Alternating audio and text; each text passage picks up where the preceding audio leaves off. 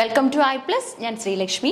ജൂണിൽ നടക്കാൻ പോകുന്ന നെറ്റ് ഇംഗ്ലീഷ് എക്സാമിനായിട്ട് നമുക്കൊരു ക്വിക്ക് റിവിഷനും അതേപോലെ തന്നെ സ്റ്റഡി പ്ലാനും പ്രിപ്പയർ ചെയ്ത് നോക്കാം. ഓക്കെ, അപ്പോൾ ഓൾറെഡി പഠനം തുടങ്ങിയവരുണ്ടാവും. അവർക്ക് നമ്മൾ റിവൈസ് ചെയ്യുന്ന ഏരിയാസ് അല്ലെങ്കിൽ നമ്മൾ ഡിസ്കസ് ചെയ്യുന്ന ഏരിയാസ് നിങ്ങൾ പ്രിപ്പയർ ചെയ്തതാണോ അതോ ഇനി പഠിക്കാനായിട്ട് പെൻഡിങ് ഉള്ളതാണോ എന്നൊക്കെ ചെക്ക് ചെയ്യാനായിട്ട് സാധിക്കും. അതിനു പുറമെ ഇനിയുള്ള സമയം മതിയോ, ഇനിയുള്ള സമയം തികയുമോ എന്നൊക്കെ ആശങ്കയുള്ളവർക്ക് ഒരു 40+ ഡേയ്സിൽ എങ്ങനെ നമുക്ക് എഫക്റ്റീവായിട്ട് ഈ 10 യൂണിറ്റുകൾ പഠിച്ചു തീർക്കാൻ സാധിക്കുമെന്നൊന്ന് അനലൈസ് ചെയ്യാം. ഓക്കെ, നമുക്കൊന്ന് വിശകലനം ചെയ്ത് നോക്കാം. അപ്പം ഓൾറെഡി പഠനം തുടങ്ങിയവർ എന്ത് ചെയ്യുക, ഈ ഡിസ്കസ് ചെയ്യുന്ന ഏരിയാസ് ഒക്കെ തന്നെ നിങ്ങൾ പഠിച്ചതാണോ എന്ന് ക്രോസ് ചെക്ക് ചെയ്യാനായിട്ട് മറക്കരുത്. അതേപോലെ തന്നെ ഇനിയും ആശങ്കയുള്ളവർക്ക് ഈ ഒരു എഫക്റ്റീവ് സ്റ്റഡി പ്ലാൻ നിങ്ങൾക്ക് യൂട്ടിലൈസ് ചെയ്യാനായിട്ട് സാധിക്കും. ഓക്കെ, നോക്കിയാലോ. സോ നമുക്ക് ആദ്യത്തെ യൂണിറ്റ് തന്നെ ഉള്ളത് ഡ്രാമയാണ് അല്ലെ. ഡ്രാമ. അപ്പൊ എത്ര യൂണിറ്റ് ആണ് നെറ്റ് എക്സാമിനുള്ളത്? ഇംഗ്ലീഷിന്റെ ഭാഗത്ത് നിന്നും 10 യൂണിറ്റുകൾ ഉണ്ട് അല്ലെ. വളരെയധികം ഡീറ്റെയിൽഡ് ആയിട്ടുള്ള 10 യൂണിറ്റുകളാണ് നമുക്ക് ഉള്ളത്. സോ ഒരു 4 ഡേയ്സ് ഒക്കെ വെച്ചിട്ട് തന്നെ നിങ്ങൾക്ക് ഒരു യൂണിറ്റിനായിട്ട് ഇൻവെസ്റ്റ് ചെയ്യാനായിട്ട് എന്തായാലും ഉണ്ടാവും. അതേപോലെ തന്നെ PYQ ഡിസ്കഷൻസ് ചെയ്യാനായിട്ട് നിങ്ങൾക്ക് റിമൈനിങ് 2 to 3 ഡേയ്സ് യൂട്ടിലൈസ് ചെയ്യാനും സാധിക്കും. ഓക്കെ, സോ ശ്രദ്ധിച്ചേ, നമുക്ക് യൂണിറ്റ് 1 ഡ്രാമയാണ് കൊടുത്തിരിക്കുന്നത് അല്ലെ. അപ്പൊ ഡ്രാമയിൽ നമുക്ക് ജസ്റ്റ് ഡ്രാമ എന്നൊരു ഏരിയ മാത്രമാണ് സിലബസിൽ നമുക്ക് തന്നിരിക്കുന്നത്. നമ്മുടെ ഡ്യൂട്ടിയാണ് ഇതിനെ കാറ്റഗറൈസ് ചെയ്ത് ഡിഫറെൻറ്റ് ഡ്രാമാസ് ആയിട്ട് അനലൈസ് ചെയ്ത് പഠിക്കുക എന്നുള്ളത്. ഓക്കെ, സോ ആദ്യം തന്നെ ബ്രിട്ടീഷ് ഡ്രാമ നമ്മൾ എഫക്റ്റീവായിട്ട് പഠിച്ചിരിക്കണം. ഇനി അതേപോലെ തന്നെ നമ്മൾ നോക്കേണ്ടത് അമേരിക്കൻ ഡ്രാമയാണ്. ഓക്കെ, അമേരിക്കൻ ഡ്രാമ, അതേപോലെ തന്നെ ഇന്ത്യൻ ഡ്രാമ, യൂറോപ്യൻ ഡ്രാമ, അതേപോലെ തന്നെ നമ്മുടെ പോപ്പുലർ ആയിട്ടുള്ള പോസ്റ്റ് കൊളോണിയൽ ഡ്രാമ, ഇതൊക്കെ തന്നെ അനലൈസ് ചെയ്യാനായിട്ട് മറക്കരുത്. ഓക്കെ, അപ്പൊ ഏതൊക്കെയാണ് നോക്കേണ്ടത്? ബ്രിട്ടീഷ്, അമേരിക്കൻ, ഇന്ത്യൻ, യൂറോപ്യൻ, അതേപോലെ തന്നെ പോസ്റ്റ് കൊളോണിയൽ. ഇനി അതേപോലെ തന്നെ നിങ്ങൾക്ക് ആഫ്രിക്കൻ, കരീബിയൻ ഡ്രാമാസ് ഒക്കെ തന്നെ അനലൈസ് ചെയ്ത് നോക്കാനായിട്ട് സാധിക്കും. ഓക്കെ, അപ്പൊ ഇത്രയും കാര്യങ്ങൾ കിട്ടിക്കഴിഞ്ഞു. ഇനി അതേപോലെ തന്നെ നമുക്ക് ഏതൊക്കെ ഏരിയാസ് ആണ് ഈ ഡ്രാമകളിൽ നിന്നും റിപ്പീറ്റ് ചെയ്യുന്നത്? ഇപ്പൊ ബ്രിട്ടീഷ് ഡ്രാമയുണ്ട്, യൂറോപ്യൻ ഡ്രാമയുണ്ട്, ഇന്ത്യൻ ഡ്രാമയുണ്ട്. സോ എപ്പോഴും റിപ്പീറ്റ് ചെയ്ത് വരുന്ന കുറച്ച് ഡ്രാമാസ് ഉണ്ട്. അതേപോലെ തന്നെ ഡ്രമാറ്റിസ്റ്റുകളുണ്ട്. അത് ആരൊക്കെയാണെന്ന് അനലൈസ് ചെയ്യാം. നിങ്ങൾ ഈ ഒരു ഡ്രാമയും ഡ്രമാറ്റിസ്റ്റിനെയും പഠിച്ചിട്ടില്ലെങ്കിൽ ഇന്ന് തന്നെ അത് പഠിക്കാനായിട്ട് ശ്രമിക്കണം. ഓക്കെ, സോ ആദ്യം തന്നെ ഡോക്ടർ ഫോസ്റ്റേഴ്സ്. ഡോക്ടർ ഫോസ്റ്റേഴ്സിൽ നിന്ന് എല്ലാ വർഷവും ചോദ്യങ്ങൾ ഉണ്ടാവുന്നതാണ്. വർഷത്തിൽ നടക്കുന്ന 2 പരീക്ഷകളിൽ നമുക്ക് ഈ ഒരു ഏരിയയിൽ നിന്നും ചോദ്യങ്ങൾ കാണാനായിട്ട് സാധിക്കും. അപ്പം ഈ ഡോക്ടർ ഫോസ്റ്റേഴ്സ് എന്ന വർക്ക് എഴുതിയതാരാണ്? ഡ്രാമ എഴുതിയിരിക്കുന്നത് ക്രിസ്റ്റഫർ മാർലോയാണ്. ഓക്കെ, അതേപോലെ തന്നെ എപ്പിസിൻ ഓർ ദ സൈലന്റ് വിമൻ എന്ന ഡ്രാമ സിഗ്നിഫിക്കന്റ് ആണ്. അത് ബെൻ ജോൺസന്റെ ഡ്രാമയാണെന്ന് ഓർക്കണം. Okay, Ben Johnson. ഇനി അതേപോലെ തന്നെ place of William Shakespeare analyse ചെയ്ത് പോകണം. ഷേക്സ്പിയറിന്റെ പ്ലേസ് നമുക്ക് പഠിക്കാനുണ്ട്. ഇനി പോയിട്രി ആണ് അടുത്ത യൂണിറ്റ് വരുന്നത്. അവിടെ നമുക്ക് ഷേക്സ്പിയറിന്റെ ഇമ്പോർട്ടന്റ് ആയിട്ടുള്ള സോണറ്റുകളും പോംസും ഒക്കെ തന്നെ പഠിക്കാനായിട്ട് വരുന്നുണ്ട്. ഓക്കെ, അപ്പൊ ഷേക്സ്പിയറിനെ കുറിച്ച് പഠിക്കണം. ഇനി അതേപോലെ തന്നെ പ്രീവിയസ് ആയിട്ടൊക്കെ ചോദ്യങ്ങൾ വന്ന ഒരു ഏരിയ ആണ് നമ്മുടെ 6 characters in search of an author. വളരെ ഇൻട്രസ്റ്റിംഗ് ആയിട്ടുള്ള ഒരു ഡ്രാമ കൂടെയാണ് 6 characters in search of an author എന്ന് പറയുന്നത്. ഒരു കൂട്ടം കഥാപാത്രങ്ങൾ സ്റ്റേജിലേക്ക് കയറി വന്നിട്ട് ഡ്രമാറ്റിസ്റ്റിനോട് ഞങ്ങളെ കംപ്ലീഷനിൽ എത്തിക്കൂ അല്ലെങ്കിൽ ഞങ്ങൾക്ക് ഒരു പെർഫെക്ഷൻ തരൂ എന്ന് ആവശ്യപ്പെടുകയാണ് ഇവിടെ ചെയ്യുന്നത്. ഓക്കെ, യുജീൻ പിൻഡാരലോ എഴുതിയ വർക്കാണ്. അതേപോലെ തന്നെ നമ്മുടെ ചെറി ഓർച്ചാഡ് ഉണ്ട്, ആന്റോൺ ചെക്കോവിന്റെ, അനലൈസ് ചെയ്തിട്ട് പോകണം. ഒപ്പം തന്നെ എപ്പോഴും ചോദ്യങ്ങൾ വരുന്നത് നമ്മുടെ റൈവൽസ്, RB ഷെറിഡൻ. ഓക്കെ, എപ്പോഴും ക്വസ്റ്റ്യൻസ് വരുന്ന ഏരിയ എന്നുള്ള രീതിയിലാണ് ഇത് ഉറപ്പായിട്ടും പഠിക്കണം എന്ന് പറയുന്നത്. ഇതിന് പുറമെ നോക്കിയിട്ട് പോകേണ്ട ഏരിയാസ് എന്ന് പറയുന്നത് നമ്മുടെ ബ്രിട്ടീഷ് ഡ്രാമ, ഒപ്പം തന്നെ നമ്മുടെ American, Indian, European, post colonial അടക്കമുള്ള ഡ്രാമയാണ്. ഓക്കെ, സോ ഡ്രാമയുടെ ഏരിയ നിങ്ങൾക്ക് ഒരു 4 ദിവസം മാറ്റി വെച്ച് പഠിക്കാനായിട്ട് സാധിക്കും. അതേപോലെ തന്നെ അതിന്റെ PYQ ഡിസ്കഷൻസും ചെയ്യാനായിട്ട് സാധിക്കും. ഓക്കെ, ഇപ്പൊ നമ്മൾ കോഴ്സ് ഒക്കെ എടുത്ത് പഠിക്കുന്നവർക്കാണെങ്കിൽ ഓരോ യൂണിറ്റിനും ശേഷമുള്ള സെക്ഷൻ വൈസ് ക്വസ്റ്റ്യൻസ് അവിടെ അവൈലബിൾ ആണ്. 10 ചോദ്യങ്ങൾ അവിടെ നിന്നും കിട്ടും. ഒരു യൂണിറ്റിന് ശേഷം നിങ്ങൾക്ക് 30 PYQ ക്വസ്റ്റ്യൻസ് കിട്ടുന്നുണ്ട്. അതേപോലെ തന്നെ നമ്മുടെ 50ഓളം യൂണിറ്റ് ടെസ്റ്റ് മീൻസ് ഫൈനൽ ടെസ്റ്റുകളായിട്ട് അറേഞ്ച് ചെയ്തിരിക്കുന്ന ചോദ്യങ്ങളും ലഭിക്കും. അങ്ങനെയൊക്കെ എഫക്റ്റീവ് ആയിട്ട് നിങ്ങൾക്ക് പഠിക്കാനായിട്ട് അവസരമുണ്ട്. ഓക്കെ, അപ്പൊ യൂണിറ്റ് 2 ആയിട്ട് നമുക്ക് വരുന്നത് പോയട്രി ആണ്. ഓക്കെ, അപ്പൊ നമ്മുടെ പോയട്രി എന്ന് പറയുന്നത് വളരെ സിഗ്നിഫിക്കന്റ് ആണ്. എസ്പെഷ്യലി ബ്രിട്ടീഷ് പോയട്രി, അതേപോലെ തന്നെ American, Indian, African poetry. Okay, ഇതിന് പുറമെ നിങ്ങൾക്ക് പോസ്റ്റ് കൊളോണിയൽ ആയിട്ടുള്ള വർക്ക്സ് ഒക്കെ തന്നെ പോയട്രിയുടെ ഭാഗത്തേക്ക് കാണാൻ സാധിക്കും. അപ്പൊ യൂണിറ്റ് 2 ആണ് പോയട്രി. ഇതിനും നിങ്ങൾക്ക് ഒരു 4 ദിവസം എടുത്ത് പഠിക്കാനായിട്ട് സാധിക്കും. നോക്കി, പോയട്രിയുടെ ഭാഗത്ത് ഒഴിച്ചുകൂടാൻ സാധിക്കാത്ത പോയിറ്റ്സ് ആണ് സ്പെൻസർ. സ്പെൻസറിന്റെ പ്രോതലാമിയനും എപ്പിത്തലാമിയനും അതേപോലെ തന്നെ നമ്മുടെ ഫെറിക്യൂനും ഒക്കെ എപ്പോഴും ചോദിക്കുന്നതാണ്. ഷേക്സ്പിയറിന്റെ മിൽട്ടന്റെ 154 സോണറ്റുകളും 2 ലോങ് പോംസും അതേപോലെ തന്നെ എഫക്റ്റീവ് ആയിട്ടുള്ള പോയിട്രിയിലേക്കുള്ള കോൺട്രിബ്യൂഷൻസും കാണാനായിട്ട് സാധിക്കും. ഇനി ജോൺ ഡണ്ണിനെ കുറിച്ചാണ് നമുക്ക് പഠിക്കാനായിട്ടുള്ളത്. ജോൺ ഡൺ സിഗ്നിഫിക്കന്റ് ആണ്. ഓക്കെ, സിലബസിൽ നമുക്ക് പോയിട്രി എന്ന് പറഞ്ഞിരിക്കുക മാത്രമാണ് ചെയ്തിരിക്കുന്നത്. നമ്മുടെ റെസ്പോൺസിബിലിറ്റി ആണ് ഓരോ സിഗ്നിഫിക്കന്റ് പോയിന്റ്സിനെയും അനലൈസ് ചെയ്ത് പഠിക്കുക എന്ന് പറയുന്നത്. ജോൺ ഡണ്ണിനെ സംബന്ധിച്ചിടത്തോളം metaphysical school of poetry significant ആണ്. Okay, metaphysical school of poetry എന്നാണ് പറയുന്നത്. ഇതിന്റെ ഫൗണ്ടർ ആയിട്ടാണ് നമ്മൾ ഡണ്ണിനെ കൺസിഡർ ചെയ്യുന്നത്. ഇനി മിൽട്ടന്റെ കേസിലാണെങ്കിൽ മിൽട്ടന്റേതായിട്ടുള്ള ഒരുപാട് സിഗ്നേച്ചർ വർക്ക്സ് ഉണ്ട്, including paradise lost, paradise regained. അതേപോലെ തന്നെ തോമസ് ഗ്രേ സിഗ്നിഫിക്കന്റ് ആയിട്ടുള്ള ഒരു റൈറ്റർ ആണ്. എലിജീസ് ആണ് ഒരുപാട് കോൺട്രിബ്യൂട്ട് ചെയ്തിട്ടുള്ളത്. വില്യം ബ്ലേക്കിനെ കുറിച്ച് നോക്കിയിട്ട് പോകണം. വേൾഡ്സ്വർത്ത് സിഗ്നിഫിക്കന്റ് ആണ്. കോളറിഡ്ജ്, അതേപോലെ തന്നെ നമ്മുടെ ജോൺ കീറ്റ്സ്, റോബർട്ട് ബ്രൗണിംഗ്, ഒപ്പം തന്നെ മാത്യു അർണോൾഡിന്റെ ഡോവർ ബീച്ച് ഒക്കെ നമുക്ക് ചോദ്യമായിട്ട് പ്രതീക്ഷിക്കാൻ സാധിക്കും. ഇനി അതേപോലെ തന്നെ GM Hopkins, WB Yeats, TS Eliot, ഇവരൊക്കെ തന്നെ പോപ്പുലർ ആയിട്ടുള്ള മോഡേൺ റൈറ്റേഴ്സ് ആണ്. HW Longfellow, Walt Whitman, Emily Dickinson, Robert Frost, Tagore, Sarojini Naidu, Nissim Ezekiel, and also Kamala Das, Jayanta Mahapatra, Toru Dutt, Sri Aurobindo, Wole Soyinka, Ben Okri, Chinua Achebe, ഇവരൊക്കെ തന്നെ പോപ്പുലർ ആയിട്ടുള്ള പോയറ്റ്സ് ആണ്. ഓക്കെ, അതായത് നമ്മുടെ ആഫ്രിക്കൻ, കരീബിയൻ, ഇന്ത്യൻ ഒക്കെ നമ്മൾ അനലൈസ് ചെയ്ത് കഴിയുമ്പോൾ നമുക്ക് കിട്ടുന്ന ഏറ്റവും എഫക്റ്റീവ് ആയിട്ടുള്ള പോംസ് എന്ന് പറയുന്നത് ഈ റൈറ്റേഴ്സ്, ഈ പോയറ്റ്സ് കമ്പോസ് ചെയ്തതാണ്. സോ ഇവരെ കുറിച്ച് പഠിച്ചിട്ട് വേണം പോകാനായിട്ട്. അപ്പോൾ പോയട്രി എന്ന യൂണിറ്റ് എങ്ങനെ നമുക്ക് എഫക്റ്റീവ് ആയിട്ട് പഠിക്കാൻ പറ്റുമെന്ന് മനസ്സിലായല്ലോ. എന്ത് ചെയ്യുക, ഇമ്പോർട്ടന്റ് ആയിട്ടുള്ള പോയറ്റ്സിനെ തെരഞ്ഞെടുത്ത് കണ്ടുപിടിക്കുക. പ്രീവിയസ് ഇയർ ക്വസ്റ്റ്യൻസ് വന്നിട്ടുള്ള പോയറ്റ്സിനെ തന്നെ കണ്ടെത്തി പഠിക്കുക. എന്നിട്ട് പുതിയ പുതിയ ഐഡിയാസ് അതിലേക്ക് ജോയിൻ ചെയ്ത് ആഡ് ഓൺ ചെയ്ത് പഠിക്കാനായിട്ട് ശ്രമിക്കുക. ഓക്കെ, സോ ഇനി നമുക്ക് ഒരു 4 days ഇൻവെസ്റ്റ് ചെയ്ത് കഴിഞ്ഞാൽ യൂണിറ്റ് 3 പഠിക്കാനായിട്ട് സാധിക്കും. യൂണിറ്റ് 3 വരുന്നത് ഫിക്ഷനും ഷോർട്ട് സ്റ്റോറിയുമാണ്. പോപ്പുലർ ആയിട്ടുള്ള നമ്മുടെ നോവലുകളൊക്കെ പഠിക്കുന്നത് ഈ ഒരു യൂണിറ്റിലാണ്. ശ്രദ്ധിച്ചേ, ഇവിടെ നമുക്ക് British novels, American novels, Indian novels, European novels, post colonial novels ഇങ്ങനെ കാറ്റഗറൈസ് ചെയ്ത് പഠിക്കാനായിട്ട് സാധിക്കും. ഓക്കെ, ബ്രിട്ടീഷ് നോവൽസ് കണ്ടെത്തി പഠിക്കുക, അമേരിക്കൻ നോവൽസ്, അതേപോലെ തന്നെ നമ്മുടെ ഇന്ത്യൻ, യൂറോപ്യൻ, ഒപ്പം തന്നെ പോസ്റ്റ് കൊളോണിയൽ നോവൽസ് എന്ന് പറയുമ്പം ഒരു പെർട്ടിക്കുലർ കൺട്രിയുടെ നോവൽസ് മാത്രം പഠിച്ചു കഴിഞ്ഞാൽ അതിന്റെ ബുദ്ധിമുട്ടെന്ന് പറയുന്നത് നെറ്റ് എക്സാം ആണ്. ചോദ്യങ്ങൾ എവിടെ നിന്ന് വേണമെങ്കിലും നമുക്ക് പ്രതീക്ഷിക്കാനായിട്ട് സാധിക്കും. സോ കാറ്റഗറൈസ് ചെയ്ത് പഠിക്കേണ്ടത് അത്യാവശ്യമാണ്. ഓക്കെ, അപ്പൊ ഇമ്പോർട്ടന്റ് ആയിട്ട് നമുക്ക് എന്തൊക്കെയാണ് ഈ ഒരു നോവൽസ് എന്ന ഏരിയയിൽ നിന്ന് നോക്കേണ്ടതെന്ന് ചെക്ക് ചെയ്യാം. ഓക്കെ, ജോനതൻ സ്വിഫ്റ്റിന്റെ നോവലുകൾ പഠിച്ചിട്ട് പോകണം, സിഗ്നിഫിക്കന്റ് ആണ്. ട്രാവലോഗ് വർക്ക്സും നമുക്ക് സ്വിഫ്റ്റിന്റേതായിട്ട് കാണാൻ സാധിക്കും. ഇനി അതേപോലെ തന്നെ നമ്മുടെ റോബിൻസൺ ക്രൂസോ, ഡാനിയൽ ഡെഫോ എഴുതിയ നോവലാണ്.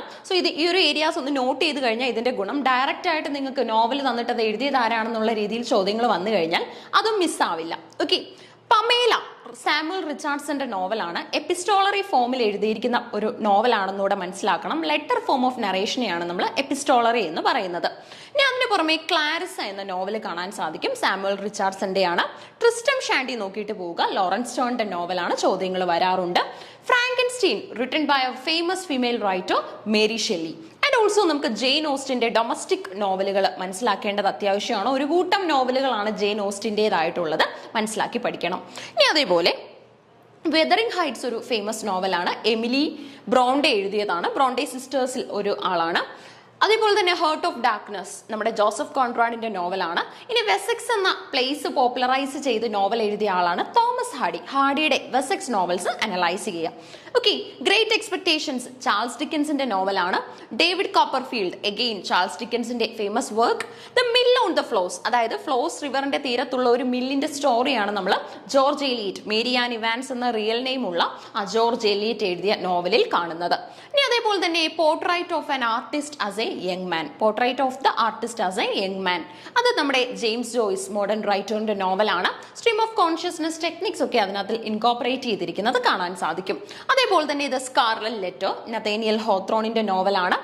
Moby Dick Herman Melville, Swami and friends RK Narayan, the guide by RK Narayan. Okay, അപ്പൊ ഇത്രയും നോവലുകൾ കണ്ട് ടെൻഷൻ ആവേണ്ട ആവശ്യമില്ല. നമ്മളൊരു 4 ദിവസം വെച്ചിട്ട് ഒരു യൂണിറ്റിന് കൊടുത്തു കഴിഞ്ഞാൽ ഒരു ദിവസം തന്നെ നിങ്ങൾക്ക് ഒരുപാട് നോവലുകൾ, ഒരു 5-10ഓളം നോവലുകൾ ഒരേ ദിവസം തന്നെ മനസ്സിലാക്കി തീർക്കാനായിട്ട് സാധിക്കും. അത് നമ്മൾ വായിക്കുകയല്ലല്ലോ ചെയ്യുന്നത്, അവിടുത്തെ ക്യാരക്ടേഴ്സിനെ മനസ്സിലാക്കുന്നു, ഒരു ചെറിയ ത്രെഡെങ്കിലും ആ നോവലിനെ കുറിച്ചൊന്ന് മനസ്സിലാക്കി വെക്കുക. ഇങ്ങനെ ചെയ്തു കഴിഞ്ഞാൽ ഈസി ആയിട്ട് നമുക്ക് തീരും. ഒരു ദിവസം തന്നെ ഒരു കൂട്ടം നോവലുകൾ തന്നെ കംപ്ലീറ്റ് ചെയ്യാനായിട്ടും പറ്റും. ഓക്കെ, സോ നമ്മൾ Swami and friends R K നാരായണന്റെ വർക്ക് ആയിരുന്നു. ഗൈഡ് ആർ കെ നാരായണന്റെ ആണ്. The god of small things നമ്മുടെ അരുന്ധതി റോയ് എഴുതിയ നോവലാണ്. ഇന്ത്യൻ റൈറ്റർ കൂടിയാണ്.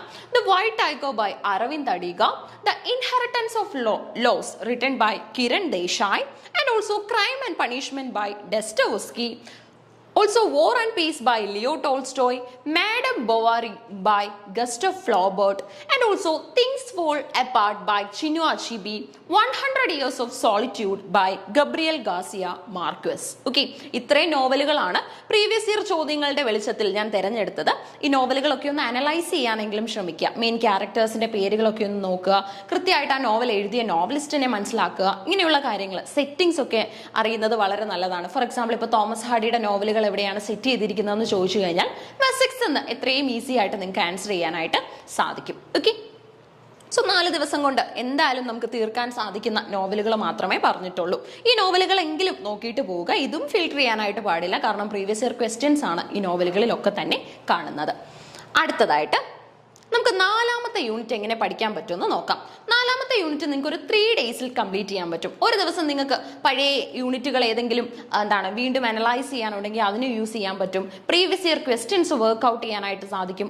ഒരുപാട് പുതുമകളോടുകൂടി നടക്കുന്ന ഒരു നെറ്റ് എക്സാം ആണ് ജൂണിലേതല്ലേ. അതുകൊണ്ട് തന്നെ നമുക്ക് അത്രത്തോളം പ്രതീക്ഷയും അതേപോലെ തന്നെ ഹാർഡ് വർക്കും ഒക്കെ ഉണ്ടെങ്കിൽ ഉറപ്പായിട്ടും ക്രാക്ക് ചെയ്യാനായിട്ട് സാധിക്കും. നോക്കി, യൂണിറ്റ് 4 നമുക്ക് നോൺ ഫിക്ഷണൽ പ്രോസ് ആണ് നൽകിയിരിക്കുന്നത്.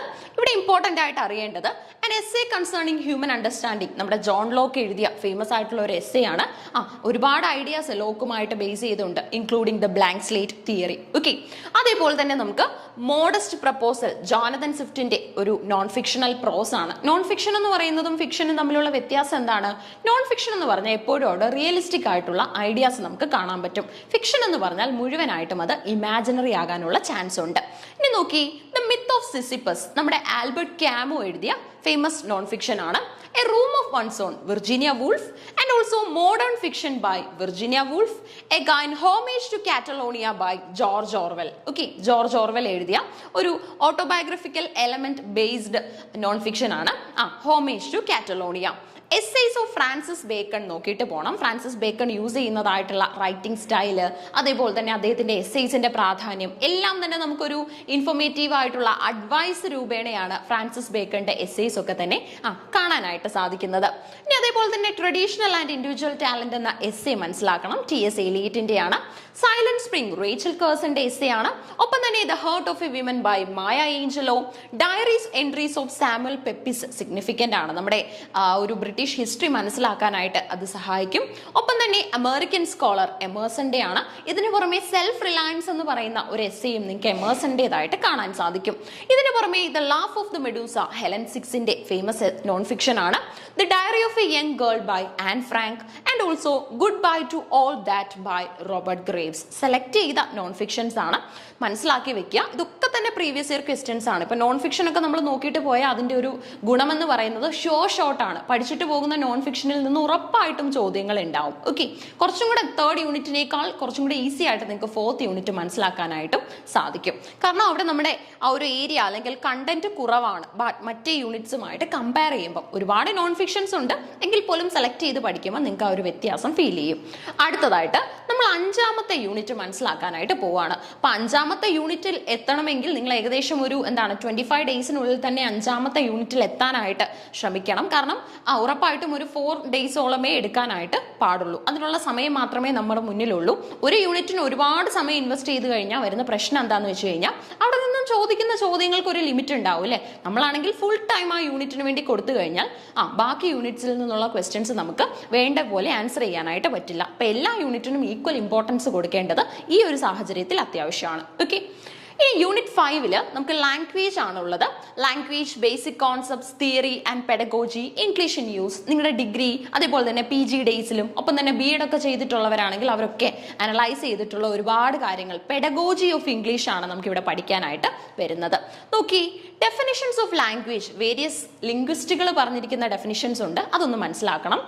അപ്രോച്ചസ്, മെത്തേഡ്സ്, ടെക്നിക്സ് ഇമ്പോർട്ടൻ്റ് ആണ്. കാരണം നമ്മളൊരു ക്ലാസ് റൂമിൽ അഡോപ്റ്റ് ചെയ്യേണ്ട അപ്രോച്ച് ഏതാണ്, ടെക്നിക്ക് ഏതാണ്. ടെക്നിക്ക് എന്ന് പറഞ്ഞു കഴിഞ്ഞാൽ എന്താണ്, നമ്മളിപ്പോൾ ഹോംവർക്ക് കൊടുക്കുന്നതിൽ തന്നെ പുതുമകൾ കൊണ്ടുവരാനായിട്ട് സാധിക്കും അല്ലേ. അങ്ങനെ ഡിഫറെൻ്റ് ആയിട്ടുള്ള ടെക്നിക്സ് ക്ലാസ്സിൽ കൊണ്ടുവരാൻ പറ്റും. ഇതിന് പുറമെ നമുക്ക് വേരിയസ് മെത്തേഡ്സ് ഉണ്ട്. ഇനി ഒരുപാട് മെത്തേഡ്സും അപ്രോച്ചസും ടെക്നിക്സും ഒക്കെ മിക്സ് ചെയ്താണ് ക്ലാസ് എടുക്കുന്നതെങ്കിൽ അതിനെ നമുക്ക് എസെൻട്രിക് അപ്രോച്ച് എന്ന് വിളിക്കാൻ സാധിക്കും. ഒരു കൺസോളിഡേറ്റഡ് ആയിട്ടുള്ള അപ്രോച്ചാണ്.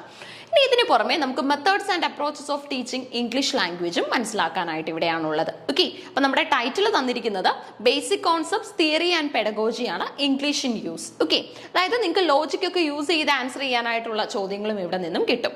അപ്പൊ നമ്മൾ GTM ഇവിടെയാണ് മനസ്സിലാക്കുന്നത്. ഗ്രാമർ ട്രാൻസ്ലേഷൻ മെത്തേഡ് എന്നാണ് GTMന്റെ ഒരു full form. Grammar translation method. Okay, ആദ്യമായിട്ട് ലാംഗ്വേജ് പഠിപ്പിക്കാനായിട്ട് കണ്ടെത്തിയ മെത്തേഡ് ഇതായിരുന്നു. അതിന്റെ ഡീമെറിറ്റ്സ് ഒക്കെ ഓവർകം ചെയ്ത് വരുന്നതാണ് ഡയറക്റ്റ് മെത്തേഡ്. അതായത് നമ്മളിപ്പം ഇംഗ്ലീഷ് ആണ് പഠിപ്പിക്കുന്നതെങ്കിൽ മലയാളത്തിലൂടെ ഇംഗ്ലീഷ് പഠിപ്പിക്കുന്നതിലും ബെറ്റർ സിമ്പിൾ ലാംഗ്വേജ് കൊടുത്തുകൊണ്ട് ഇംഗ്ലീഷ് ഡയറക്റ്റ് ആയിട്ട് പഠിപ്പിക്കുന്നതാണ് എന്നാണ് ഡയറക്റ്റ് മെത്തേഡ് പറയുന്നത്. ഓഡിയോ ലിംഗ്വൽ മെത്തേഡിനെ നമ്മൾ ആർമി മെത്തേഡ് എന്നൊക്കെ വിളിക്കാറുണ്ട്. സ്ട്രിക്റ്റ് ആയിട്ട് പീപ്പിളിനെ ഇംഗ്ലീഷ് പഠിപ്പിച്ചെടുക്കുന്ന ഒരു മെത്തേഡായിരുന്നു ഇത്. ഇതിന് പുറമെ നമുക്ക് സജസ്റ്റോപീഡിയ പഠിക്കാനായിട്ടുണ്ട്. ഒപ്പം തന്നെ നമുക്ക് the silent way method, teacher silent ആയിട്ട് നിൽക്കുന്ന and the students will be much active, അതാണ് സൈലന്റ് വേ. ഇതിന് പുറമെ TPR, അതായത് ടോട്ടൽ ഫിസിക്കൽ റെസ്പോൺസ്. നമ്മൾ എന്താണ് ഫിസിക്കൽ ആൻഡ് ഓൾസോ മെന്റൽ എബിലിറ്റീസും ഇന്റലക്ച്വൽ എബിലിറ്റീസും ഒക്കെ യൂസ് ചെയ്ത് ആക്റ്റീവായിട്ട് ക്ലാസ്സിൽ പങ്കെടുക്കുന്നതാണ് TPR. ഇനി ഇതിന് പുറമെ നമുക്ക് CLL ഉണ്ട്. കമ്മ്യൂണിറ്റി ലാംഗ്വേജ് ലേണിംഗ് ആണ് CLL. ഇനി ഇതിന് പുറമെ നമുക്ക് SLT, അതായത് സിറ്റുവേഷണൽ ലാംഗ്വേജ് ടീച്ചിങ് ക്ലാസ്സിൽ അഡോപ്റ്റ് ചെയ്യാൻ പറ്റും. അതേപോലെ തന്നെ CLT, that means communicative language teaching ആണ് CLT എന്ന് പറയുന്നത്. അപ്പൊ CLL എന്ന് പറഞ്ഞാൽ കമ്മ്യൂണിറ്റി ലാംഗ്വേജ് ലേണിംഗ് ആണ്, CLT എന്ന് പറഞ്ഞാൽ കമ്മ്യൂണിക്കേറ്റീവ് ലാംഗ്വേജ് ടീച്ചിങ് ആണ്. ഇനി ഇതിന് പുറമെ നമുക്ക് TBLT ഉണ്ട്. TBLT ഒരിടെയായിട്ട് പോപ്പുലർ ആയിട്ട് നിൽക്കുന്ന മെത്തേഡാണ്. അതായത് ടാസ്ക് ബേസ്ഡ് ലാംഗ്വേജ് ടീച്ചിങ്. നമ്മൾ ടാസ്ക് ഒക്കെ കൊടുത്തുകൊണ്ട് കുട്ടികളെ അല്ലെങ്കിൽ നമ്മുടെ മുന്നിലുള്ള ആ ഒരു ലേണിംഗ് പബ്ലിക്കിനെ നമ്മൾ എന്ത് ചെയ്യുന്നു, ഈ ഒരു ഐഡിയാസ് ഒക്കെ തന്നെ പഠിപ്പിച്ചെടുക്കുന്ന ഒരു മെത്തേഡാണ്. ഓക്കെ, അപ്പൊ 5ാമത്തെ യൂണിറ്റ് പഠിക്കാനായിട്ട് വലിയ ബുദ്ധിമുട്ടുകളൊന്നും ഇല്ല. നിങ്ങളുടെ പഴയ നോളജ് ഒക്കെ നിങ്ങളെ ഒരുപാട് ഹെൽപ്പ് ചെയ്യുന്ന ഒരു യൂണിറ്റ് ആണ്. ഇനി നമുക്ക് ലാംഗ്വേജ് കോൺസെപ്റ്റ്സ് പഠിക്കാൻ വരുന്നുണ്ട്. ലാങ്, പെരോൾ, സിഗ്നിഫയർ, സിഗ്നിഫൈഡ്, സഷൂർ കൊണ്ടുവന്ന കോൺസെപ്റ്റ്സ് ഒക്കെ ഒന്ന് മനസ്സിലാക്കി വെക്കുക. ഇനി ഇതിന് പുറമെ വേർഡ് ഫോർമേഷൻ, നമുക്ക് ഡിഫറെന്റ് ടൈപ്സിൽ വേർഡ് ഫോർമേഷൻ ഇംഗ്ലീഷിൽ നടത്താൻ പറ്റും അല്ലെ. ബ്ലെൻഡിങ്, അതേപോലെ തന്നെ നമ്മുടെ ഓണമെറ്റോപ്പിയ. ഇനി ഇതിന് പുറമെ നമ്മൾ ദാറ്റ് മീൻസ് വേർഡ് ഫോർമേഷൻ ഒക്കെ പല പ്രോസസ്സിലൂടെ നടത്താറുണ്ട്. ബ്ലെൻഡിങ്, പോർട്ട്മാൻറ്റിയോ വേർഡ് എന്നൊക്കെ പറയും. ഇപ്പൊ ബ്രഞ്ച് എന്ന വേർഡിനെയൊക്കെ നമ്മൾ പോർട്ട്മാൻറ്റിയോ ആയിട്ടാണ് കൺസിഡർ ചെയ്യുന്നത് അല്ലെ. അതായത് ലഞ്ച് പ്ലസ് നമ്മുടെ ആ ഒരു ബ്രേക്ക്ഫാസ്റ്റിനെ നമ്മൾ ബ്രഞ്ച് എന്ന് പറയും. അതൊക്കെ തന്നെ വേർഡ് ഫോർമേഷനുള്ള ഉദാഹരണങ്ങളായിട്ടും പരിഗണിക്കാൻ സാധിക്കും. സോ നമുക്കിനി 6ാമത്തെ യൂണിറ്റ് ഒന്ന് അനലൈസ് ചെയ്താലോ. ഇനി നമുക്ക് 5 യൂണിറ്റുകളൂടെ ഉള്ളൂ. മൊത്തം 10 യൂണിറ്റുകളായിരുന്നു നമുക്കുള്ളത്. 5 എണ്ണം നമ്മൾ അനലൈസ് ചെയ്ത് കഴിഞ്ഞു. 4 ഡേയ്സ് ഉപയോഗിച്ച് ഈ ഒരു ഓരോ യൂണിറ്റുകൾ പഠിക്കാനായിട്ട് ഉറപ്പായിട്ടും ശ്രമിക്കണം. സോ യൂണിറ്റ് 6 നോക്കാം. English in India, history, evolution and futures ആണ് പഠിക്കാനുള്ളത്. നമ്മുടെ ഇന്ത്യൻ ഇംഗ്ലീഷ് റൈറ്റേഴ്സിനെയൊക്കെ പഠിക്കുന്നത് ഈ ഒരു യൂണിറ്റിലാണ്. ശ്രദ്ധിച്ച്, ഇവിടെ നമുക്ക് development of English language in India പഠിക്കാനുണ്ട്. ഇംഗ്ലീഷ് ഇന്ത്യയിൽ എത്തിയ സമയത്ത് നമുക്ക് കാണാൻ സാധിച്ച മാറ്റങ്ങൾ എന്തൊക്കെയാണ്, അതേപോലെ തന്നെ എഡ്യൂക്കേഷൻ കമ്മീഷൻസ് ഇൻ ഇന്ത്യ, ഇത് 2 രീതിയിൽ അനലൈസ് ചെയ്യാനായിട്ട് പറ്റും. ഫോർ എക്സാമ്പിൾ, ഇപ്പം ഇന്ത്യ ഇൻഡിപെൻഡന്റ് ആകുന്നതിന് മുൻപുള്ള കമ്മീഷൻസ് ഉണ്ടായിരുന്നു. അതിനുശേഷം പോസ്റ്റ് ഇൻഡിപെൻഡന്റ് കമ്മീഷൻസും നമുക്ക് കാണാനായിട്ട് സാധിക്കും. Radhakrishnan commission, മുതലിയ commission, Kothari commission എന്നൊക്കെ നമ്മൾ വിശകലനം ചെയ്ത് പഠിക്കുന്നത് ഇവിടെയാണ്. നോളജ് കമ്മീഷൻസ് ഒക്കെ തന്നെ എക്സിസ്റ്റ് ചെയ്യുന്നുണ്ട്.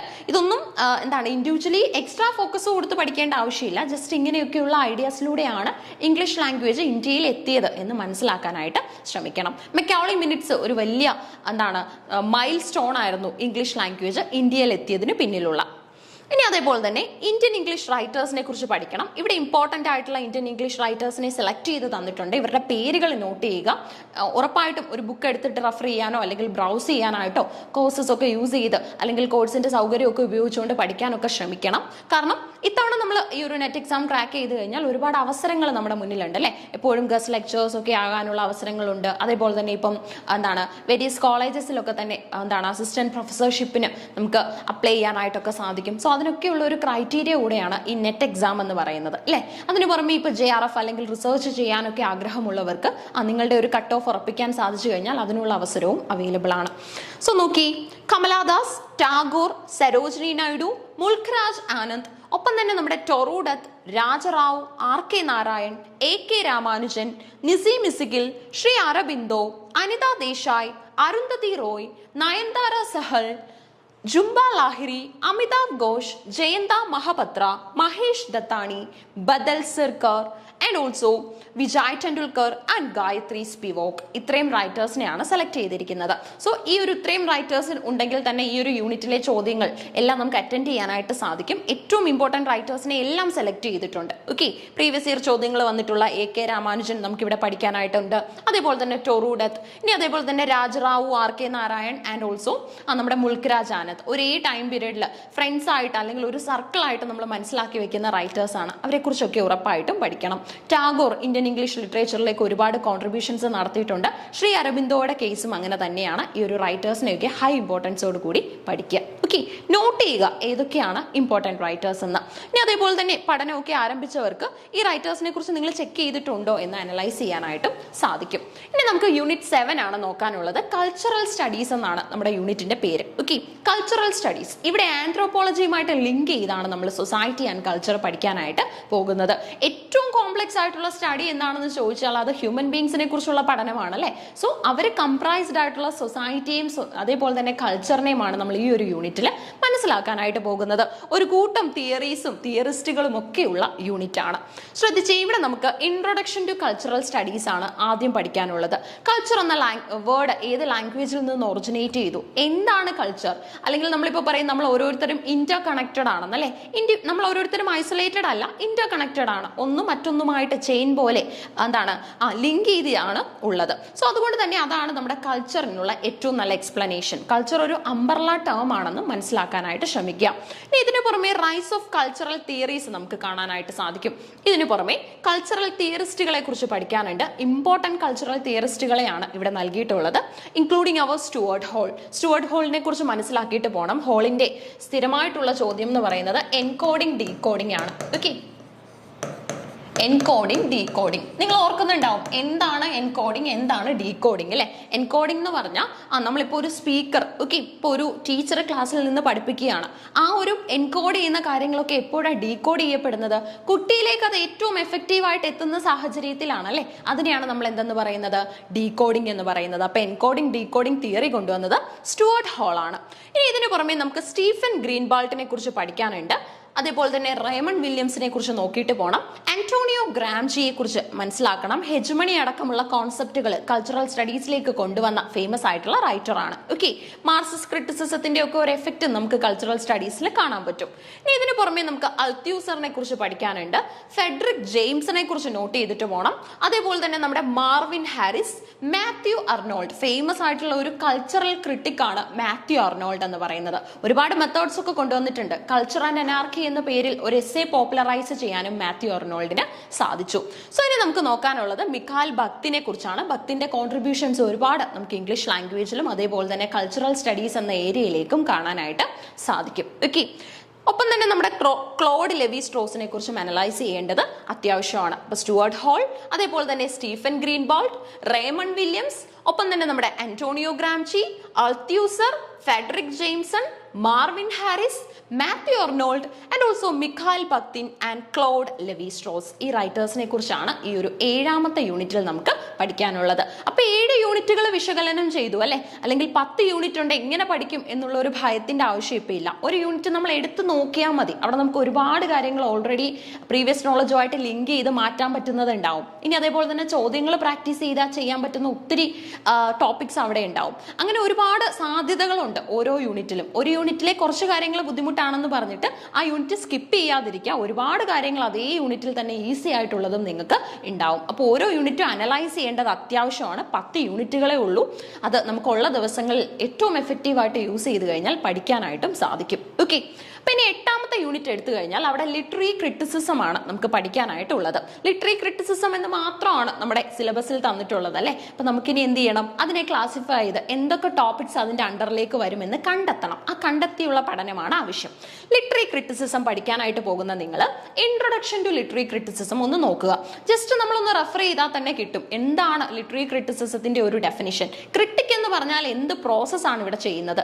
ഈ ഒരു ഹോൾ യൂണിറ്റിൽ നിങ്ങൾ ഏറ്റവും കൂടുതൽ കേൾക്കാൻ പോകുന്ന വാക്കാണ് ഇവാലുവേഷനും ജഡ്ജ്മെന്റും. ഓക്കെ, ക്രിട്ടിക്സ് ചെയ്യുന്ന ജോലിയാണ്, ഇവാലുവേഷൻ നടത്തുന്നു, അതേപോലെ തന്നെ അവർ എന്ത് ചെയ്യുന്നുണ്ട്, ജഡ്ജ്മെന്റ്സ് നടത്തുന്നുണ്ട് അല്ലെ. അപ്പൊ ഇവാലുവേഷനും ജഡ്ജ്മെന്റും ആണ് ഈ യൂണിറ്റിൽ നമ്മൾ ചെയ്യുന്ന ഒരു പ്രാക്ടീസ് എന്ന് പറയുന്നത്. ഇനി ഒരു ക്രിട്ടിക് എന്ന് പറഞ്ഞാൽ എപ്പോഴും ഒബ്ജക്റ്റീവ് ആയിട്ടുള്ള ഔട്ട്ലുക്ക് ഉള്ള ഒരു വ്യക്തിയായിരിക്കണം. ഫിലിപ്പ് സിഡ്നി പോപ്പുലർ ആയിട്ടുള്ള ഒരു ക്രിട്ടിക് ആണ്, ലിറ്റററി ക്രിട്ടിക് ആണ്. ഇനി അതേപോലെ തന്നെ നമ്മുടെ John Dryden, father of English criticism എന്ന വിശേഷണമൊക്കെയുള്ള റൈറ്റർ ആണല്ലേ ജോൺ ഡ്രൈഡൻ. അപ്പൊ ഡ്രൈഡനെ കുറിച്ച് മനസ്സിലാക്കണം. ഡ്രൈഡന്റെ മാക്ഫ്ലെക്നോ എന്ന പോം ഒക്കെ സിഗ്നിഫിക്കന്റ് ആണ്. ഇനി ഇതിനു പുറമെ അലക്സാണ്ടർ പോപ്പ്, നമ്മുടെ നിയോ ക്ലാസിക്കൽ ടൈം പീരീഡിലെ റെപ്രസെന്റേറ്റീവ് റൈറ്റേഴ്സ് ആണ് ഡ്രൈഡനും പോപ്പും ഒക്കെ. അവരെ കുറിച്ച് മനസ്സിലാക്കണം. ഡോക്ടർ ജോൺസൺ സിഗ്നിഫിക്കന്റ് ആണ്. ഡോക്ടർ ജോൺസൺ വേരിയസ് ആസ്പെക്ട്സിന്റെ പേരിലാണ് സിഗ്നിഫിക്കന്റ് ആയിട്ടുള്ളത്. ഇംഗ്ലീഷ് ലാംഗ്വേജിൽ ആദ്യമായിട്ട് ഒരു ഡിക്ഷണറി കൊണ്ടുവരാൻ സാധിച്ചത് പോലും ഡോക്ടർ ജോൺസൺ ആണ്. ഇനി അതേപോലെ തന്നെ വില്യം വേൾഡ്സ്വർത്ത് സിഗ്നിഫിക്കന്റ് ആണ് അല്ലെ. നമ്മുടെ പോയിട്രിയെ കുറിച്ചൊക്കെയുള്ള വേരിയസ് ഡെഫിനിഷൻസ് ഉണ്ട്. ഇമോഷൻസ് റികളക്റ്റഡ് ഇൻ ട്രാങ്ക്വിലിറ്റി എന്ന ഡെഫിനിഷൻ ഒക്കെ കൊണ്ടുവന്നത് വേൾഡ്സ്വർത്ത് ആണ്. അങ്ങനെ ക്രിട്ടിക് എന്ന നിലയിൽ നമുക്ക് അദ്ദേഹത്തിനെ കുറിച്ച് മനസ്സിലാക്കണം. ഇനി അതേപോലെ തന്നെ എസ്.ടി. കോളറിഡ്ജ്, എഗൈൻ ഒരു റൊമാൻറ്റിക് ടൈം പീരീഡിലെ ക്രിട്ടിക് കം പോയറ്റ് ആണ്. സോ ഇദ്ദേഹത്തിന്റെ പ്രത്യേകത എന്ന് പറയുന്നത് ഇമാജിനേഷനെ പ്രൈമറി സെക്കൻഡറി എന്നൊക്കെ തരംതിരിച്ച് പഠിക്കാനായിട്ട് ഇദ്ദേഹത്തിന് സാധിച്ചു. അതിന്റെ തിയറീസും ഇദ്ദേഹം പോസ്റ്റുലേറ്റ് ചെയ്തിട്ടുണ്ട്.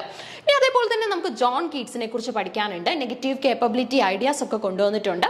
ജോർജ് എലിയറ്റ് സിഗ്നിഫിക്കന്റ് ആണ്. ജോർജ് എലിയറ്റ് എന്ന് പറയുന്നത് ഒരു പെൺനെയിം മാത്രമാണ്. ഇതൊരു സ്ത്രീയാണ്. മേരി ആൻ ഇവാൻസ് എന്നാണ് റൈറ്ററിന്റെ റിയൽ നെയിം. ഇനി ഇതിന് പുറമെ നമുക്ക് മാത്യു അർണോൾഡ് ഉണ്ട് അല്ലെ. സിഗ്നിഫിക്കന്റ് ആയിട്ടുള്ള ഒരു റൈറ്റർ ആണ് മാത്യു അർണോൾഡ്. അർണോൾഡ് കൊണ്ടുവന്ന തിയറിയാണ് ടച്ച് സ്റ്റോൺ മെത്തേഡ് എന്ന് പറയുന്നത്. അതായത് പുതിയ റൈറ്റേഴ്സ് വരുമ്പം അവരുടെ വർക്കിന്റെ ക്വാളിറ്റി നമുക്ക് എങ്ങനെ മനസ്സിലാക്കാൻ പറ്റും, പഴയകാല റൈറ്റേഴ്സിന്റെ വർക്ക്സ് എടുക്കുക, അതുമായിട്ട് കമ്പയർ ചെയ്തിട്ട് അതിനകത്തിലുള്ള ഐഡിയാസ് ഒക്കെ ഇതിനകത്തിൽ ഉണ്ടെങ്കിൽ മാത്രമാണ് വർക്കിനെ നമ്മൾ വാല്യുബിൾ വർക്ക് ആയിട്ട് കൺസിഡർ ചെയ്യുന്നത്. ഇങ്ങനെ ഒരു ഐഡിയ കൊണ്ടുവന്നത് നമ്മുടെ മാത്യു അർണോൾഡ് ആണ്. ആൻഡ് അർണോൾഡ് ഇതിനായിട്ട് റെഫർ ചെയ്യുന്ന റൈറ്റേഴ്സ് എന്ന് പറയുന്നത് ഡാന്റെയും വില്യം ഷേക്സ്പിയറും ഒക്കെ തന്നെയാണ്. ഓക്കെ, ഇവരുടെയൊക്കെ വർക്ക്സിനുള്ള ക്വാളിറ്റി നമ്മുടെ ന്യൂ ജനറേഷൻ റൈറ്റേഴ്സിന് ഉണ്ടെങ്കിലാണ് ആ വർക്കിനെ വാല്യുബിൾ ആയിട്ട് നമ്മുടെ മാത്യു അർണോൾഡ് കൺസിഡർ ചെയ്യുന്നത്. ഇനി അതേപോലെ തന്നെ നമുക്ക് ഹെൻറി ജെയിംസിനെ കുറിച്ച് പഠിക്കാനുണ്ട്. ടി.എസ്. എലിയറ്റ് ഒരുപാട് കോൺട്രിബ്യൂഷൻസ് നടത്തിയിട്ടുള്ള റൈറ്റർ ആണ്. ട്രഡീഷണൽ ആൻഡ് ഇൻഡിവിജ്വൽ ടാലന്റ് എന്ന എസ്സേ ഒക്കെ നിങ്ങൾ ഓർക്കുന്നുണ്ടാവും. ഇനി അതേപോലെ തന്നെ എലൈൻ ഷൊവാൾട്ടർ സിഗ്നിഫിക്കന്റ് ആണ്. ഷൊവാൾട്ടറിൽ നിന്ന് നമുക്കൊരു പ്രീവിയസ് ഇയർ ചോദ്യമുണ്ട് അല്ലേ. അതായത് a literature of their own, a literature of their own. Room of one's own ആരുടെയാണ്, വിർജീനിയ വുൾഫിന്റെ എസ്സേ ആണ്. ലിറ്ററേച്ചർ ഓഫ് ദെയർ ഓൺ എന്ന ബുക്ക് ആരുടേതാണ്, അത് എലൈൻ ഷൊവാൾട്ടറിന്റേതാണ്. ഫേമസ് ആയിട്ടുള്ള ഒരു ഫീമെയിൽ റൈറ്റർ കൂടെയാണ്. ഓക്കെ, ഇനി ഐ.എ. റിച്ചാർഡ്സിനെ നമുക്ക് കാണാനായിട്ട് സാധിക്കും. സിഗ്നിഫിക്കന്റ് റൈറ്റർ ആണ്. ഐ.എ. റിച്ചാർഡ്സിനെയും എഫ്.ആർ. ലീവിസിനെയും എപ്പോഴും ക്ലബ് ചെയ്ത് പഠിക്കാം. സോ വളരെ സിഗ്നിഫിക്കന്റ് ആയിട്ടുള്ള കോൺട്രിബ്യൂഷൻസ് ആണ് ഇവർ ലിറ്ററേച്ചറിലേക്ക് നൽകിയിട്ടുള്ളത്. അപ്പൊ നമ്മുടെ 8ാമത്തെ യൂണിറ്റ് ആയിരുന്നു ലിറ്റററി ക്രിറ്റിസിസം. ഏറ്റവും ബുദ്ധിമുട്ടായിട്ട് സ്റ്റുഡൻസ് കൺസിഡർ ചെയ്യുന്ന ഒരു യൂണിറ്റ് ആണ് 8ാമത്തെ യൂണിറ്റ്. പക്ഷെ ആ ബുദ്ധിമുട്ടുകളൊന്നും അവിടെ ഇല്ല. അത് ഈ റൈറ്റേഴ്സിനെ ക്രിട്ടിക്സിനെ നോക്കിക്കഴിഞ്ഞാൽ ഐഡിയാസ് മുഴുവൻ നിങ്ങളിലേക്ക് കിട്ടും. എസ്.ടി. കോളറിഡ്ജും വേൾഡ്സ്വർത്തും ഒക്കെ എപ്പോഴും ചോദ്യങ്ങൾ വരുന്ന ഏരിയ ആണ്. റൈറ്റേഴ്സിന്റെ പേരൊന്ന് നോട്ട് ചെയ്യുക, ഇപ്പൊ തന്നെ റെഫർ ചെയ്ത് പഠിക്കാനായിട്ടും ശ്രമിക്കുക. ഓക്കെ, സോ ഇനി നമുക്ക് 2 യൂണിറ്റുകളൂടെ ഉണ്ട് അല്ലെ. യൂണിറ്റ് 9ഉം അതേപോലെ തന്നെ യൂണിറ്റ് 10ഉം. യൂണിറ്റ് 9 നമുക്കൊന്ന് അനലൈസ് ചെയ്താലോ. Literary theory post world war second. Okay, world war സെക്കൻഡിന് ശേഷം ഉണ്ടായ തിയറീസ് ആണ് ഇവിടെ നമ്മൾ കൂടുതലായിട്ടും പഠിക്കുന്നത്. So introduction to literary theory. എന്താണ് ഈ തിയറി എന്ന് പറഞ്ഞു കഴിഞ്ഞാൽ, what you mean by theory? ഒരു ബുക്ക് വായിച്ചു കഴിയുന്ന സമയത്ത് നമുക്ക് ഏറ്റവും എഫക്റ്റീവ് ആയിട്ട് ഇപ്പോൾ ഒരു ബുക്ക് വായിക്കുന്ന സമയത്ത് നമുക്ക് തോന്നുകയാണ് ഇവിടെ ഫെമിനിസം എന്ന തിയറി അപ്ലൈ ചെയ്താലോ എന്ന് തോന്നിക്കഴിഞ്ഞാൽ ദാറ്റ് മീൻസ് ദാറ്റ് നിങ്ങൾ എന്താ ചെയ്യുന്നത്, ബുക്കിനെ തിയറിയുമായിട്ട് ക്ലബ് ചെയ്തു അല്ലെ. അതിന്റെ ഭാഗമായിട്ട് നിങ്ങൾക്ക് വേരിയസ് റിസർച്ച് വർക്കുകളൊക്കെ ചെയ്യാനായിട്ട് സാധിക്കും. അതിനെ അതിന്റെ ഔട്ട്പുട്ട് ആയിട്ടാണ് നമ്മൾ കൺസിഡർ ചെയ്യുന്നത്. അപ്പോൾ ബുക്സിലാണ് നമുക്ക് എപ്പോഴും തിയറീസിനെ ലിങ്ക് ചെയ്യാനായിട്ട് പറ്റുന്നത്. ഇനി അതേപോലെ തന്നെ നമുക്ക് ലിറ്റററി തിയറീസ് പഠിക്കാനുണ്ട്. ലിറ്റററി തിയറീസിൽ വേരിയസ് തിയറീസ് ഇവിടെ പ്രൊവൈഡ് ചെയ്തിട്ടുണ്ട്. ഇതൊക്കെ നോക്കിയിട്ട് പോകണം. സോ നമ്മുടെ സിലബസിൽ ഇത്രയേ തന്നിട്ടുള്ളൂ, അല്ലെങ്കിൽ UGC നെറ്റിന്റെ സിലബസ് ഇത് ഇത്രയേ ഉള്ളൂ. Literary theory post world war second. അതിലേക്ക് എന്തൊക്കെ ഐഡിയാസ് ആഡ് ചെയ്ത് പഠിക്കാൻ പറ്റുമെന്നുള്ളത് നമ്മുടെ ഒരു കഴിവാണ് അല്ലെ. എന്തൊക്കെ ഐഡിയാസ് ഏറ്റവും ഇമ്പോർട്ടൻ്റ് ആയിട്ട് മുൻകാല ചോദ്യങ്ങൾ വരുന്ന ടൈറ്റിൽ ടോപ്പിക്സ് ഏതൊക്കെയാണെന്ന് മനസ്സിലാക്കുക, അതിനെക്കുറിച്ച് റെഫർ ചെയ്യുക, ചോദ്യങ്ങൾ ആ ഏരിയാസിൽ നിന്നും പ്രാക്ടീസ് ചെയ്യാനായിട്ടും ശ്രമിക്കുക. നമുക്ക് ന്യൂ ക്രിറ്റിസിസം എന്ന തിയറി എക്സ്ക്ലൂഡ് ചെയ്യാനായിട്ട് പറ്റില്ല. അത് തന്നെയാണ് ആദ്യത്തെ തിയറി. ഇനി ഇതിന് പുറമെ ഫോർമലിസം എന്ന തിയറി ഉണ്ട്. ഈ ഫോർമലിസം തിയറിയുടെ ഫുൾ പേരെന്താണ്? റഷ്യൻ ഫോർമലിസം എന്നാണ് അല്ലെ, റഷ്യയിൽ ഒറിജിനേറ്റ് ചെയ്ത തിയറിയാണ്. അതേപോലെ തന്നെ സ്ട്രക്ചറലിസത്തിന്റെ ഡ്രോബാക്സ് ഓവർകം ചെയ്തു വന്ന തിയറിയാണ് പോസ്റ്റ് സ്ട്രക്ചറലിസം. അത് പഠിക്കാനുണ്ട്. പോസ്റ്റ് മോഡേണിസം സിഗ്നിഫിക്കന്റ് ആണ്. ദാറ്റ് മീൻസ് ഇപ്പൊ ട്രഡീഷനെ മുഴുവനായിട്ട് ബ്രേക്ക് ചെയ്തിട്ട് വെരി ഇൻഡിപെൻഡന്റ് ആയിട്ട് നിൽക്കണം എന്നാണ് മോഡേണിസ്റ്റുകൾ പറയുന്നത്. പക്ഷെ പോസ്റ്റ് മോഡേണിസ്റ്റുകൾ എന്താണ് പറയുന്നത്? ട്രഡീഷൻ ബേസ്ഡ് ആയിട്ടുള്ള ഐഡിയാസിലേക്ക് നമ്മൾ പുതിയ ന്യൂ ജനറേഷൻ ആയിട്ടുള്ള ടോപ്പിക്സിനെ, അല്ലെങ്കിൽ നമ്മൾ ഏറ്റവും ഏറ്റവും ഫ്രഷ് ആയിട്ടുള്ള ടോപ്പിക്സ് ആയിട്ട് കൺസിഡർ ചെയ്യുന്നതിനെ ഇൻകോപ്പറേറ്റ് ചെയ്യുകയാണ് ചെയ്യേണ്ടത് അല്ലെ. പഴയതിനെയും പുതിയതിനെയും കൂടെ മെർജ് ചെയ്തിട്ട് ഒരു ബെറ്റർ റിസൾട്ട് കൊണ്ടുവരണമെന്നാണ് പോസ്റ്റ് മോഡേണിസ്റ്റുകൾ പറയുന്നത്. ഓക്കെ, ഇതിന് പുറമെ നമുക്ക് സൈക്കോ അനലിറ്റിക്കൽ ക്രിറ്റിസിസം പഠിക്കാനായിട്ടുണ്ട്. ഫ്രോയിഡ് ആണ് ഇത് കോൺട്രിബ്യൂട്ട് ചെയ്തിരിക്കുന്നത്. ഇത്, ഈഗോ, സൂപ്പർ ഈഗോ, അതേപോലെ തന്നെ നമ്മുടെ conscious mind, sub conscious mind, unconscious mind ideas ഒക്കെ ഇവിടെ നിങ്ങൾക്ക് പഠിക്കാനായിട്ട് സാധിക്കും. ഇനി നോക്കി നമുക്ക് ആർക്കിടിപ്പൽ ക്രിറ്റിസിസം, ആർക്കിടിപ്പൽ തിയറി പഠിക്കാനായിട്ടുണ്ട്. നോർത്ത് ഓഫ് ഫയറിന്റെ കോൺട്രിബ്യൂഷൻസ് ഈ ഏരിയയിലേക്ക് കാണാൻ സാധിക്കും. സോ നമുക്കിനി റീഡർ റെസ്പോൺസ് തിയറി പഠിക്കാനായിട്ടുണ്ട് അല്ലെ. റീഡർ റെസ്പോൺസ് തിയറിയുടെ പ്രത്യേകത എന്താണ്? ലിറ്ററി കോൺട്രിബ്യൂഷൻസിൽ അല്ലെങ്കിൽ ലിറ്ററി ക്രിറ്റിക്സിന്റെ ഭാഗത്ത് നിന്നും ഏറ്റവും കൂടുതൽ റിസൾട്ട് കിട്ടിയിട്ടുള്ള ഒരു തിയറി എന്ന് പറയുന്നത് റീഡർ റെസ്പോൺസ് തിയറിയാണ്. റീഡേഴ്സിന്റെ റെസ്പോൺസ് ആണ് ആക്ച്വലി ഒരു തിയറി അല്ലെങ്കിൽ ഒരു ബുക്കിന്റെ ഫൈനൽ ഔട്ട്പുട്ട് എന്ന് പറയുന്നത്. സോ ഇനി നമുക്ക് ഫെമിനിസം പഠിക്കാനായിട്ടുണ്ട്. ഈ ഫെമിനിസവുമായിട്ട് ബേസ് ചെയ്ത് നിങ്ങൾ ഒരുപാട് കോൺസെപ്റ്റ്സ് കേട്ടിട്ടുണ്ടാവും. അതായത് ഫെമിനൈൻ, ഫെമിനിറ്റി എന്നൊക്കെ പറഞ്ഞ് നമ്മൾ ഡിഫറെന്റ് ഐഡിയാസ് പറയും. അതിന് പുറമെ first wave, second wave, third wave feminisms ഒക്കെ തന്നെ നമ്മൾ പഠിച്ചിട്ടുണ്ട് അല്ലെ. മേരി വൂൾസ്റ്റോൺ ക്രാഫ്റ്റിന്റെ vindications of the rights of women എന്ന ബുക്കാണ് ഫെമിനിസത്തിന്റെ ഒരു മാനിഫെസ്റ്റോ ആയിട്ട് നമ്മൾ കൺസിഡർ ചെയ്യുന്നത്. സോ ഇനി നമുക്ക് മാർക്സിസ്റ്റ് ക്രിറ്റിസിസം പഠിക്കാനുണ്ട്. കാൾ മാർക്സിന്റെയും ഫെഡറിക് ഏഞ്ചൽസിന്റെയും ഐഡിയാസ് ഇൻകോപ്പറേറ്റ് ചെയ്തതാണ് മാർക്സിസം എന്ന് പറയുന്നത് അല്ലെ. അതായത് വർക്കേഴ്സിനെ ആദ്യമായിട്ട് പ്രോലിട്രേറ്റ്സ്, ഏറ്റവും കൂടുതൽ സപ്രഷൻ അനുഭവിക്കുന്നവർ എന്നൊക്കെ വിളിച്ചത് ഈ ഒരു മാർക്സിസം തിയറിയാണ്. ഇനി മാർക്സിസം പറയുന്നത് എന്താണ്? നിങ്ങൾക്ക് കിട്ടാത്ത അവകാശങ്ങൾ നിങ്ങൾ പിടിച്ചു വാങ്ങിക്കൂ എന്നാണ് പറയുന്നത് അല്ലെ. അതിനായിട്ട് നിങ്ങൾക്ക് റെബല്യസ് ആയിട്ടുള്ള മെഷേഴ്സ് ഒക്കെ ഉപയോഗിക്കാം എന്നാണ്. പക്ഷെ നിയോ മാർക്സിസം പറയുന്നത് വളരെയധികം പീസ്ഫുൾ ആയിട്ട് നോൺ വയലന്റ് മെഷേഴ്സിലൂടെ വേണം നിങ്ങൾ നിങ്ങളുടെ ഫ്രീഡത്തിന് വേണ്ടി ഉള്ള ഒരു ഫൈറ്റിൽ എൻഗേജ്ഡ് ആകാൻ എന്നുള്ള ഐഡിയ ആണ് പറയുന്നത്. സോ നമുക്ക് മാർക്സിസ്റ്റ് ക്രിറ്റിസിസം ഉണ്ട്. ക്യൂർ തിയറി എന്ന് പറയുന്നത് ഫെമിനിസം തിയറിയുമായിട്ട് ബേസ് ചെയ്ത് വരുന്ന, അസോസിയേറ്റ് ചെയ്ത് വരുന്ന ഒരു ഐഡിയ ആണ്. സോ എക്കോ ക്രിറ്റിസിസം പഠിക്കാനുണ്ട്. എൻവയോൺമെന്റൽ റിലേറ്റഡ് ആയിട്ടുള്ള ഐഡിയാസ് ഒക്കെ വരും. അതേപോലെ തന്നെ നമ്മുടെ പോസ്റ്റ് കൊളോണിയൽ തിയറിയും അതേപോലെ തന്നെ ക്രിട്ടിക്കൽ റേസ് തിയറിയും ഒക്കെ ഇവിടെയാണ് വരുന്നത്. That means discrimination, human beings അനുഭവിക്കുന്ന ഏറ്റവും വലിയൊരു ബുദ്ധിമുട്ടെന്ന് പറയുന്നത് ഡിസ്ക്രിമിനേഷൻ ആണ് അല്ലെ.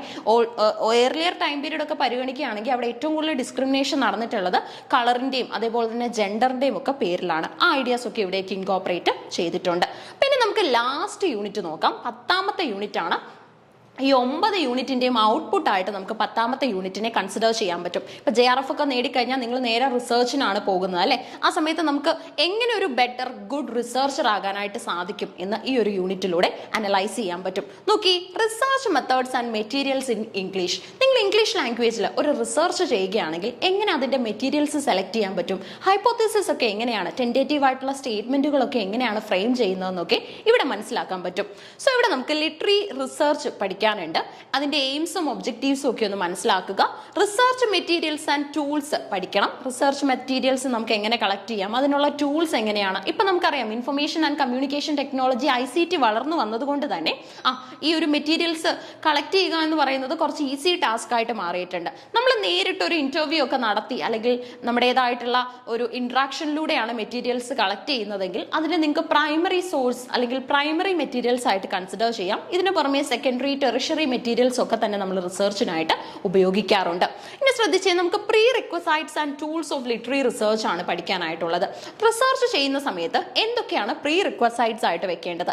ഈ നമ്മുടെ റെക്കോർഡുകളൊക്കെ എഴുതുന്ന സമയത്ത് പ്രീ റിക്വസൈറ്റ്സ് ഒക്കെ സെറ്റ് ചെയ്യാറുണ്ട് അല്ലെ. അതിന് മുന്നോടിയായിട്ട് നമ്മൾ എന്തൊക്കെ ചെയ്തിരിക്കണം എന്നുള്ള ഒരു അനാലിസിസ് ആണ് അവിടെ നടക്കുന്നത്. ഇനി നമുക്ക് വേരിയസ് ടൂൾസ് ഉണ്ട്. ഇന്റർനെറ്റ് ബേസ്ഡ് ആയിട്ട് തന്നെ നമുക്കിപ്പോൾ വേരിയസ് സൈറ്റ്സ് ഒക്കെ ഉണ്ട്. സൈറ്റേഷൻ ജിക്കോ ഒക്കെ ഇതിനുള്ള എക്സാമ്പിൾസ് ആയിട്ട് നമുക്ക് കൺസിഡർ ചെയ്യാൻ പറ്റും. പറ്റും. ഇനി മെത്തേഡ്സ് ഓഫ് ലിറ്റററി റിസർച്ച് ഉണ്ട്. ഈ ലിറ്റററി റിസർച്ച് നമുക്ക് പല രീതിയിൽ ചെയ്യാനായിട്ട് സാധിക്കും. ഫോർ എക്സാമ്പിൾ ഇപ്പം നമ്മുടെ എന്താണ് ഹിസ്റ്റോറിക്കൽ വേസിൽ അല്ലെങ്കിൽ ഇപ്പം നമ്മുടെ ഡിഫറെന്റ് ഐഡിയാസിലൂടെ ഇപ്പം എക്സ്പെരിമെന്റൽ ആയിട്ട് നമുക്ക് റിസർച്ച് ചെയ്യാനായിട്ട് പറ്റും. സോ റിസർച്ച് എന്ന് പറയുന്നത് തന്നെ ഒരു എക്സ്പെരിമെന്റൽ പർപ്പസ് ആണ്, അല്ലെങ്കിൽ എക്സ്പെരിമെന്റൽ ആയിട്ടുള്ള ഒരു ആക്ടിവിറ്റി ആണ് അല്ലെ. അതിന് നമുക്ക് ഡിഫറെന്റ് ടൈപ്സ് ഇൻകോപ്പറേറ്റ് ചെയ്യാനായിട്ട് പറ്റും. അപ്പൊ എന്താണ് ഒരു റിസർച്ചറിന്റെ റെസ്പോൺസിബിലിറ്റി, അല്ലെങ്കിൽ what are the ethics of the researcher, അല്ലെങ്കിൽ എന്താണ് ഒരു ഗുഡ് റിസർച്ച് മെറ്റീരിയൽ, എങ്ങനെ ഹൈപ്പോത്തിസിസ് ഏറ്റവും എഫക്റ്റീവ് ആയിട്ട് സെറ്റ് ചെയ്യാം, ടൂൾസ് എങ്ങനെയാണ് നമുക്ക് സെലക്ട് ചെയ്യാൻ പറ്റുന്നത് എന്നൊക്കെ ഇവിടെയാണ് മനസ്സിലാക്കുന്നത്. ഇനി അതേപോലെ തന്നെ research based terms and procedures ഒക്കെ ഉണ്ട്. ഇപ്പൊ നമ്മൾ റിസർച്ച് സ്റ്റാർട്ട് ചെയ്ത് കഴിഞ്ഞാൽ നമ്മൾ ടേംസ് ഒക്കെയാണ് പറയുന്നത് അല്ലെ. ആ ടേംസിന്റെ എക്സ്പ്ലനേഷൻസ് ഒന്നും നമ്മളോട് ആരും പറയില്ല, ജസ്റ്റ് ആ ടേം മാത്രം പറഞ്ഞു തരും അല്ലെ. ഇപ്പൊ ലാങ് പരോൾ എന്നൊക്കെ ആണെങ്കിൽ ആ ടേം മാത്രം പറഞ്ഞു തരും. സോ ആ സമയത്ത് എന്താണ് അതിന്റെ എക്സ്പ്ലനേഷൻ എന്ന് നമ്മൾ അറിഞ്ഞിരിക്കണം.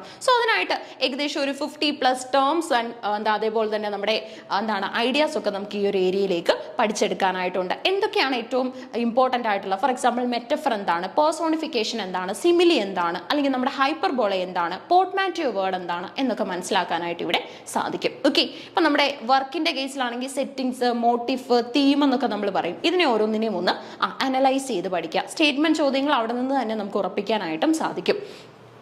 സോ ഇമ്പോർട്ടന്റ് ആയിട്ട് ഇവിടെ നോക്കാനുള്ളത് types of research, common terms a researcher should know. ഇതാണ് നമ്മൾ പറഞ്ഞത് റിസർച്ചിലുള്ള ഏറ്റവും ഇമ്പോർട്ടന്റ് ആയിട്ടുള്ള ടേംസ്. ഇത് പ്രത്യേക ടേംസ് ഒന്നും അല്ല, നിങ്ങൾ സാധാരണയായിട്ട് പോംസും അതേപോലെ തന്നെ നോവലുകളും ഒക്കെ വായിക്കുമ്പോൾ മനസ്സിലാക്കി എടുക്കുന്ന ടേംസ് തന്നെയാണ് ഇവിടെയും വരുന്നത്. ഓക്കെ, ഇനി റിസർച്ച് അല്ലെങ്കിൽ ലിറ്ററേച്ചർ സെർച്ച് ടൂൾസ് ഉണ്ട്. അതായത് ഈ ഇന്റർനെറ്റിൽ നിന്നൊക്കെ നിങ്ങൾ ബ്രൗസ് ചെയ്യുമ്പം എങ്ങനെയുള്ള മെറ്റീരിയൽസ് ആയിരിക്കണം സെലക്ട് ചെയ്യുന്നത് എന്നൊക്കെ നമുക്ക് അവിടെ മനസ്സിലാക്കി പഠിക്കാനായിട്ട് പറ്റും. അപ്പോൾ ഇതൊരു പ്രാക്ടിക്കൽ സെക്ഷൻ ആണ്, അല്ലെങ്കിൽ നമുക്ക് ഈ 9 യൂണിറ്റിന്റെ ഒരു റിസൾട്ട് കിട്ടുന്നത് ഈ 10ാമത്തെ യൂണിറ്റിലാണ്. ഇങ്ങനെ 10 യൂണിറ്റുകൾ കംപ്ലീറ്റ് ചെയ്ത് കഴിഞ്ഞാൽ നെറ്റ് ഇംഗ്ലീഷിന്റെ സിലബസ് നിങ്ങൾക്ക് ഈസി ആയിട്ട് കവർ ചെയ്യാൻ പറ്റും. ഈ 40+ ഡേയ്സ് യൂട്ടിലൈസ് ചെയ്ത് കഴിഞ്ഞാൽ, അതായത് ഒരു 4 ഡേയ്സ് വെച്ചിട്ട് ഒരു യൂണിറ്റിന് മാറ്റി വെച്ച് കഴിഞ്ഞാൽ തന്നെ ഈസി ആയിട്ട് നിങ്ങൾക്ക് സിലബസ് തീർക്കാൻ പറ്റും. ഓക്കെ, വളരെ കോൺഫിഡന്റ് ആയിട്ട് തന്നെ എക്സാമിനും അപ്രോച്ച് ചെയ്യാനായിട്ട് പറ്റും. ഇനി അതിന് പുറമെ നമുക്ക് എന്താണ് ഏകദേശം ഒരു 5 to 6 അല്ലെങ്കിൽ 7 hours ഒക്കെ ഈ ഒരു എന്താണ് 40 ഡേയ്സിൽ മാറ്റി വെക്കണം. കാരണം ഒരു നാഷണൽ ലെവൽ എക്സാം ആണ് അല്ലെ, അല്ലെങ്കിൽ നമ്മൾ ഇന്ത്യ മുഴുവൻ ഉള്ളവരോടാണ് കോമ്പീറ്റ് ചെയ്യുന്നത്. ആ ഒരു കാര്യം നിങ്ങളുടെ മനസ്സിലുണ്ടാവണം. ഏറ്റവും കൃത്യമായിട്ട്